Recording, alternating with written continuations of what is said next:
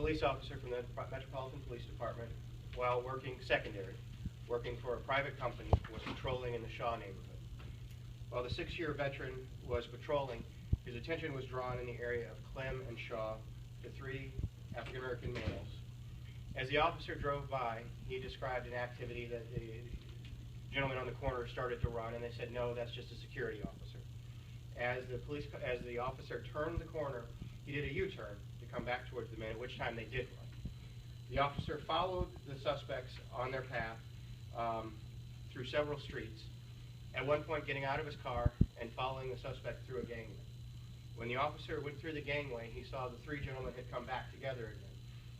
One of the gentlemen started to approach the officer in an aggressive manner. The officer was giving verbal commands, telling them to stop, telling them how to surrender, telling them that they were under arrest. The suspect continued to come towards the officers until they got into a physical altercation. The suspect and the officer were hands-on with each other. At that time, the suspect's gray hooded sweatshirt comes off, and the suspect starts to run up a hill at the address on Shaw. At that point, the officer clearly sees the suspect is armed with a gun. We recovered a 9mm Ruger from the scene. The officer says he wanted to be certain that it was a gun and did not fire at that point. The suspect pointed the gun at the officer and fired at least 3 rounds at the police officer. We believe this to be true because there were 3 projectiles that we recovered with trajectories going towards the officer down the hill, and 1 piece of ballistic evidence located behind the officer. At that point, the officer returned fire. As the officer moved towards the suspect continued to pull the trigger on his gun. Once we recovered the gun, we learned that that gun malfunctioned and it was jammed. So even after the suspect fired 3 shots at the officer, he continued to pull that. The officer returned fire as he was being shot at. The suspect is deceased. He's described as an 18-year-old African-American whose address is not far from this location. This is the first opportunity that we've had to use our force investigative unit. If you'll recall, a couple of weeks ago, I introduced the force investigative unit, which will do an internal review and a criminal analysis of all police officer shootings. When the investigation is complete, and during the investigation with consultation with the Circuit Attorney's Office, we will present that case to them and ask them to review it to make a decision about the officer's actions, if they were appropriate or not in this situation. So just to quickly come back and to recap the situation. A police officer, 6-year veteran of the department, while working for a private security company patrolling the Shaw neighborhood this evening, early last night, 7:30, encountered 3 young African-American males. They ran from the officer. One of them ran in a way that the officer believed that he was armed with a gun, holding his waistband, not running at full stride. The officer followed that suspect through gangways.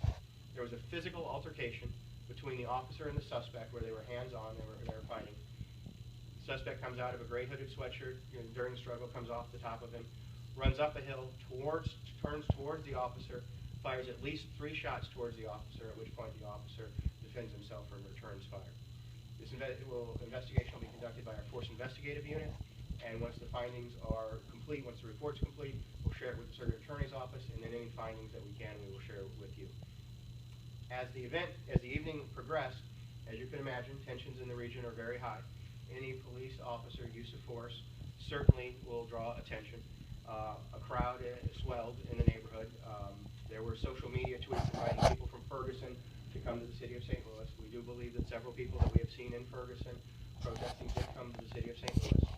There were some loud marches, some loud protests, hands up, don't shoot, some obscenities yelled at police officers. I think the department showed a tremendous amount of restraint. The officers on the scene, in the face of severe criticism, did an excellent job. During the demonstrations and the march that happened ultimately to Grand Avenue, and then both north and south on Grand, south as far as Gravelly, several police cars were damaged. Windows were smashed in police cars, both marked and unmarked, along with some body damage. As we're talking right now, there's still somewhere around 50 protesters that are in the area.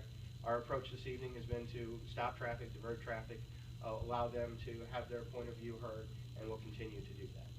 So I'll take any questions that you might have. Give us an idea of what the officer's duties were as a security person. What was he doing? Why would he stop these people? He was hired by the neighborhood, and you'll have to find exactly who the neighborhood is, but this is not unusual. The company that he was working for was High Tech Security. He was hired by that company to patrol a specific portion of that area. I think it's important that we talk about officers are trained to notice unusual behavior. I think that's what we want them to do. His attention were drawn to these individuals. Certainly they gave him an indication that they may be up to something enough to pique his interest. One of them, all three did run at some point. One of them ultimately was armed with a gun.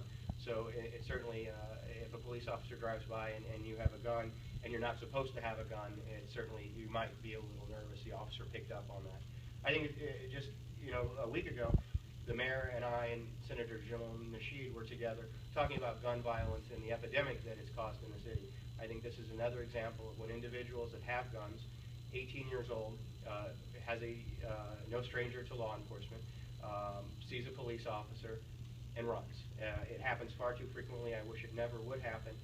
In this case, this individual ran from the police. But just explain that so that he's in uniform, he's in his normal uniform, but he's working for someone else. Is that normal protocol? It is. I would equate it to, you've been to a baseball game and you see officers working inside Busch Stadium or inside Scott Trader, inside Edward Jones Dome. Officers do that. High Tech patrols many neighborhoods. City's Finest is another company that patrols the Central West End. So police officers do work secondary moonlighting, if you will. And so this is a case that the officer was not working for the department, but working for that security company, patrolling a specific area for that company. Chief, you said that this young man, the 18-year-old, was no stranger to law enforcement. What do you think of that? Even at 18, when I look, I have seen his contacts with law enforcement, even as an adult, in a very short period of time. What are they? And there's some things that I can't discuss because of open and closed records, but I can certainly tell you that when I ran his name in the computer, something popped up very easily. Violent? Something that would certainly be no stranger to law enforcement. So you were seen outside on Grand tonight talking to protesters. You admitted tensions are high. Given the circumstances of the shooting as you laid them out, how are you trying to quell some of the tempers out there tonight, and that may follow in the coming days? Well, I think that was exactly it. I think that I had a pastor from an area church come up and say that the police department, the officer, showed a tremendous amount of restraint. I think that is what we're here for, to protect people's rights to be upset and to be emotional, but also at the same time protect individuals' property. Police cars were damaged. Not happy about it, I understand it. But no businesses were looted, no windows were smashed, and I hope that continues to be. We will do everything we can to support everybody's right to protest, to have their voice heard, as long as it doesn't infringe on others' rights. What do you tell the people that were in that neighborhood who were concerned that the police were backing off and that they heard gunshots and they're concerned that their neighborhood was in danger? And we would not let their neighborhood be in danger. As any of you that were out there along Grand Avenue, you certainly saw a police presence. And our presence there was really twofold: to protect the rights of those individuals that wanted to be heard, but also to protect the property and the rights of those that lived in the neighborhood. I don't have a crystal ball and I can't predict into the future, but that strategy seemed to be working earlier this evening, even when emotions and tensions were high. What about the two people that were with, you said the suspect before he ran, is with a couple other people? What happened to that? We're in the process. We have eyewitnesses that we're interviewing right now. We have individuals that heard the shots being fired from the suspect and the officer. We're in the process of doing those interviews. I don't know exactly who is being interviewed and who's not right now, but we can certainly find out. Is there any video of anything that happened? In this great world that we live in, we always look for video. There is some video in the neighborhood, but right now, and I'm very careful, this is what I know right now, and right now I'm not aware of any video. Certainly if anybody has any video, if anybody saw anything, I want them to come forward and tell us, because ultimately, and this is what I talked about previously when the Force Investigative Unit was formed, we want to be open and transparent and as thorough as we possibly can. This is about getting to the truth. It's not about painting the picture, it's about getting to the truth. As I stand here right now, this is what I know. A police officer tonight chased an individual who was armed with a gun. The individual shot at the officer at least 3 times, and the officer returned fire. That's what I know right now. And that is, if anybody has different information, certainly come forward and share it with us. So there are no arrests tonight among demonstrators? Right now, there are no arrests among demonstrators, that's correct. And the people who are with, are they being questioned, or have they been arrested, or? Right now, it's very early in the investigation. There are lots of moving pieces. We've been focused on some of the demonstrations that were occurring in the neighborhood to try and make sure that they remain peaceful. We can get that information, I just don't know right now. And then how do you deal with the people who are on the scene, people on Twitter, they're saying I heard he had a sandwich, I heard this, I heard that. How do you deal when social media things can just snowball? Well, and that's why we're here talking about this now.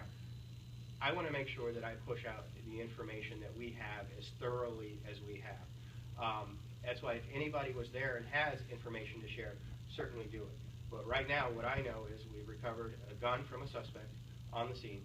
The ballistic evidence indicates that at least 3 rounds were fired at the officer. Ballistic evidence behind the officer, which indicates that shell casings from 2 different guns, the officer's gun and the suspect's gun. So right now, that's what I know. Certainly may have had a sandwich. I don't know that right now.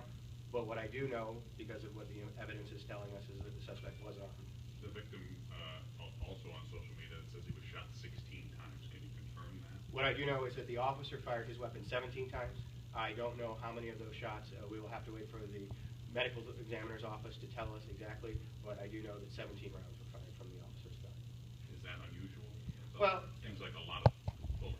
What I think we have to talk about is that 3 shots were fired at the officer. The suspect continued to pull the trigger towards the officer. The officer didn't know the gun was jammed, didn't know if it was going to become unjammed. Certainly the threat was still there. So we'll get into that. And that's one of the things that I think the Force Investigative Unit can help us with. It can identify areas of improved training, identify areas that we need to focus on. So I wasn't there. I didn't have somebody pointing a gun at me and firing at least 3 rounds and pulling the trigger continuously. So I can't tell you right now, but our investigation will get to that. And if it's a training issue, we can certainly address it. But I don't know right now. So I What are your appreciate. concerns for the weekend now? I mean, this has happened, and these big protests are going to be happening this weekend, so do you expect, now what? Well, I think that what we have to do is have conversations like this. And I tried to have several conversations, or as many conversations as I could with people on the scene. That's one of the reasons that I went to the scene this evening, to try and tell them, this is what I know right now. These are the facts. I saw the things on social media that you talked about, a sandwich, a variety of things, whatever they were. And here are the facts as I know them. This is what I talked about at the shooting that we had, the police shooting that we had on Riverview in August. It's the same conversation. I mean, as open and transparent as the department can be, and I hope the public appreciates that. I know emotions are high, and I know tensions are high, but the reality is, what we've seen, or what the evidence tells me right now, is an individual pointed a gun at a police officer, fired at least 3 rounds, and continued to pull the trigger. Thank you very much, and thank you for waiting so I could get this all sorted out.